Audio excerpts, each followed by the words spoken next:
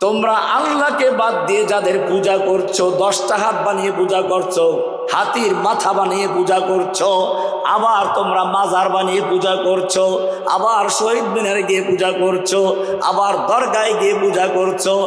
ইন্নাল্লাযীনা তাদউনা মিন দুনিল্লাহ, তোমরা আল্লাহকে বাদ দিয়ে যাদের পূজা করো, লা ইয়াখলুকু যুবাবা ওয়ালা বিজতামাউলা, ওরা সবাই মিলে একটা মাছিও তৈরি করতে পারে না। কি তৈরি করতে পারে না? পারবে তৈরি করতে?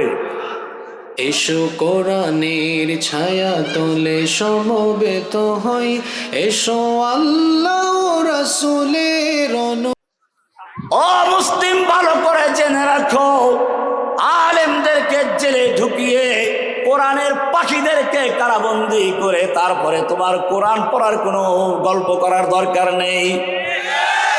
তোমার সব বরবাদ, সব জিরো। কোরআন বলছে ওয়াল্লাযীনা কাফারু আমালুহুম কাসারাবিন বিকিআতি ইয়াহসাবুয যামআনু মাআ। যারা কাফের তারাও তো অনেক ভালো কাজ করে। অনেকের মনে প্রশ্ন আছে, ও ভালো কাজ তো অনেকেই করে, কাফেররাও করে, হিন্দুরাও করে, কত জনসেবামূলক সংস্থা আছে, এনজিওরাও কত ভালো কাজ করে, সাহায্য করছে। আল্লাহ বলছেন ওয়াল্লাযীনা কাফারু, ওই এক তাওহীদ ছাড়া যারা কাফের, যারা মুশরিক, তারা যত নেক আমল করুক না কেন, আমালুহুম কাসারাব। সারাব মানে হচ্ছে মরিচিকা। সারাব মানে কি? সারাব মানে কি? মরিচিকা কাকে বলে? পিচ ঢালা রাস্তায় দুপুর রোদ্রে তাকাবেন, দূর থেকে দেখা যায় পানি থই থই করে, ঠিক কিনা? এটাকে বলে মরিচিকা।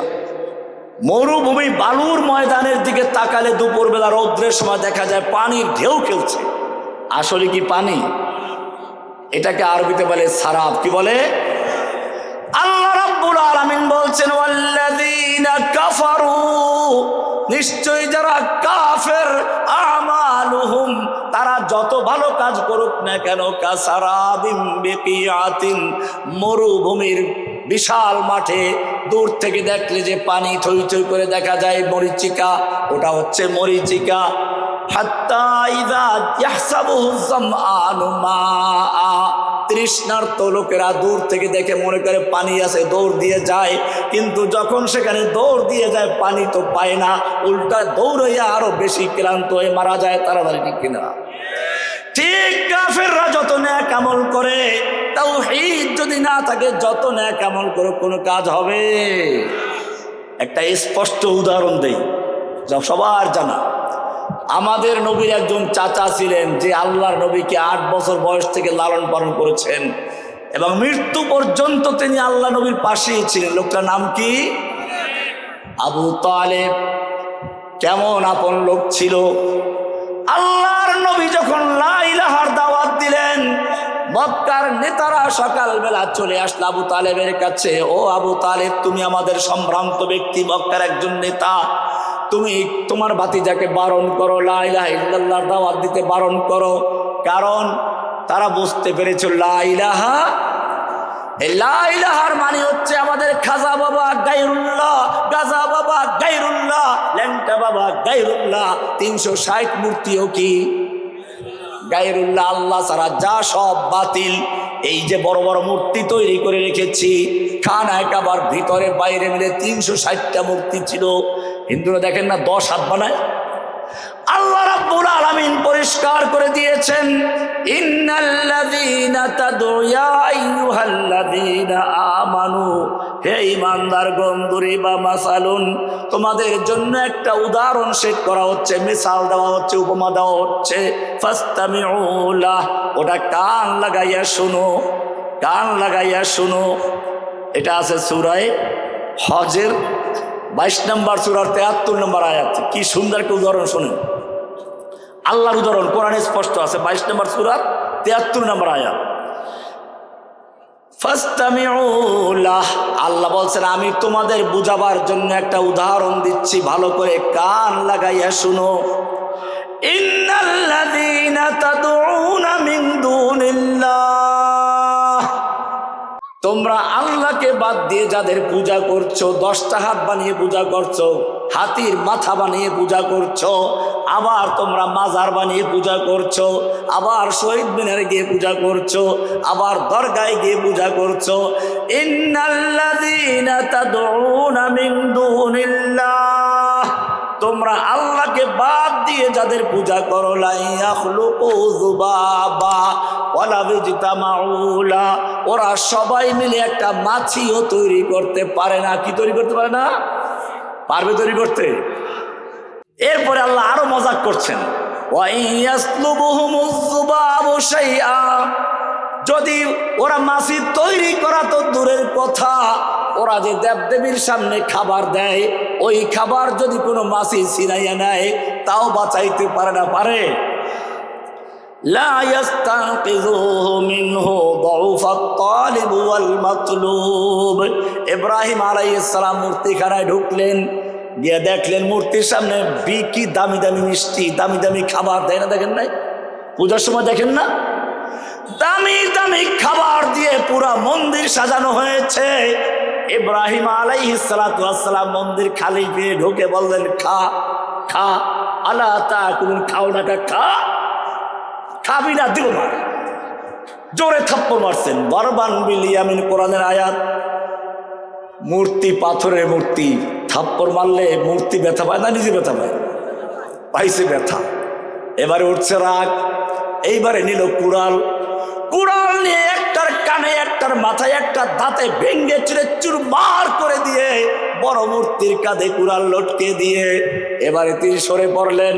লোকেরা মেলার থেকে আসলো, এসে দেখলো মাশাআল্লাহ কোনো ঝড় তুফান হয় নাই, কোনো ভূমিকম্প হয় নাই, কোনো মারামারি যুদ্ধ বিগ্রহ হয় নাই।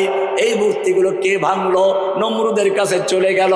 নমরুদ চলে আসলো, দীর্ঘক্ষণ পর্যন্ত চিন্তা করে সে প্রথম বলল, হাল মিন ফাতান ইয়াজকুরু আলিহাতানা, এখানে কোনো যুবক আছে যেই যুবক আমাদের মূর্তিগুলোর সুনজরে দেখে না, সমালোচনা করে? ও যুবকেরা খেয়াল করে শোনো, যুবকের কথা কেন বললো নমরুদ? কি কারণটা ছিল? সে চিন্তা করে কি পাইল? নমরুদ এমনি কাফের ছিল, কিন্তু চিন্তাবিদ ছিল, বুঝ শক্তি ভালো ছিল। নমরুদ বুঝতে পেরেছে কোনো ঝড় তুফান হলো না, ভূমিকম্প হলো না, মারামারিও হলো না, যুদ্ধ হলো না, সব কিছু উলটপালট হয়ে গেল। কারণটা কি? নিশ্চয়ই এটা মূর্তি ভাঙ্গা পর্যন্ত শেষ নয়। এটা মূর্তি ভাঙ্গা দিয়ে শেষ হবে না, বরং মূর্তি ভাঙ্গা দিয়ে একটা বিশাল বিপ্লবের সূচনা শুরু হয়েছে। সেটা হচ্ছে সমস্ত দেবদেবী মূর্তির সমাজ ভেঙ্গে দিয়ে তাওহীদের সমাজ গড়ার জন্য এক বিশাল বিপ্লব শুরুতে যাচ্ছে। আর সেই বিপ্লবের সূচনা হয়েছে মূর্তি ভাঙ্গা দিয়ে। আর এই রকম চিন্তা কোনো বুড়া মানুষের মাথায় ঢোকে না। ঢোকে কার মাথায়? এই কারণে যুবকের প্রশ্ন করেছে, বাংলাদেশেও তার ব্যতিক্রম হয়েছে। বাংলাদেশে যখন রাস্তার মোড়ে মোড়ে মূর্তি, টেলিভিশনে মূর্তি, অফিসে মূর্তি, মাদ্রাসায় মূর্তি, মসজিদেও কোন দিন খতিব সাহেবের পিছনে মূর্তি লাগাতো, ঠিক ছিল কিনা? ঠিক না? আল্লাহর নবীর সিরাতের কোনো খবর নেই। নিজের বাপের সিরাতকে প্রতিষ্ঠিত করার জন্য তাসবিহ তাহলিল দুরূদ বানিয়ে ফেলেছিল। এখানে ইব্রাহিমের সন্তানরা মাঠে নেমেছে, আবাবিল হয়ে এসেছে।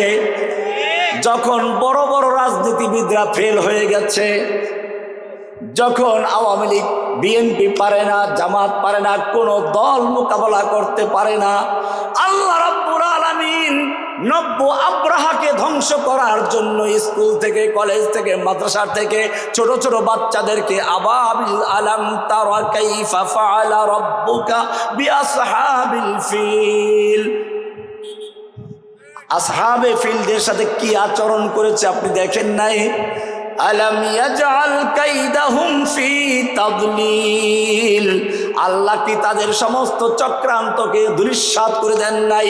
তাদের চক্রান্ত ছিল আলেমদেরকে কাউকে রাজাকার বলে গ্রেফতার করা, কাউকে ধর্ষক বলে গ্রেফতার করা, কাউকে দুর্নীতিবাজ বলে গ্রেফতার করা, কাউকে জঙ্গিবাদ বলে গ্রেফতার করা। ইসলামটাকে বিশ্ব দরবারে বিতর্কিত করার জন্য, জঙ্গিবাদের তকমা দেওয়ার জন্য নিজে দল তৈরি করে তারপরে এরকম তকমা লাগিয়েছিল, ঠিক কিনা? আমাকে বানানো হলো আনসারুল্লাহ বাংলা টিমের প্রধান। আমি বারবার চ্যালেঞ্জ করেছি, আদালতেও চ্যালেঞ্জ করেছি, বিভিন্ন জনসভায় চ্যালেঞ্জ করেছি, আজকেও চ্যালেঞ্জ করছি, যদি প্রমাণ করতে পারো যে সে মধ্যে আমার আর কোনো বক্তব্য দিবে না। আমাদেরকে দল তৈরি করে তার প্রধান বানিয়ে তারপরে নিষিদ্ধ ঘোষণা করে। আর যেই সন্ত্রাসী ইসকন বাংলাদেশেও বিশৃঙ্খলা করলো, দিনে দুপুরে আইনজীবীকে হত্যা করলো, এখন পর্যন্ত সেই ইসকনকে সন্ত্রাসী সংগঠন হিসেবে ঘোষণা করে নিষেধাজ্ঞার প্রজ্ঞাপন জারি করা হয় নাই। আমি সরকারকে বলবো, সারা বিশ্বের মুসলিমদের কাছে আমার আওয়াজ পৌঁছে যাচ্ছে, আমার আওয়াজকে তুচ্ছ তাচ্ছিল্য করলে চলবে না। 13 সালে আমি বলেছিলাম, ব্লগারদেরকে আশ্রয় প্রশ্রয় দিও না, আমাদেরকে আইন হাতে তুলে নিতে বাধ্য করো না। তুমি তোমার বাবার জন্য আইন করেছো, তোমার বাবাকে গালিগালাজ করলে প্রথমবার 14 বছর পরে লাইফ সাজা দিচ্ছ, আমার নবীকে গালিগালাজ করলে তার জন্য কোনো আইন নাই। এসো কোরআনের ছায়া তলে সমবেত হই, এসো আল্লাহ রাসূলের অনুগত হই।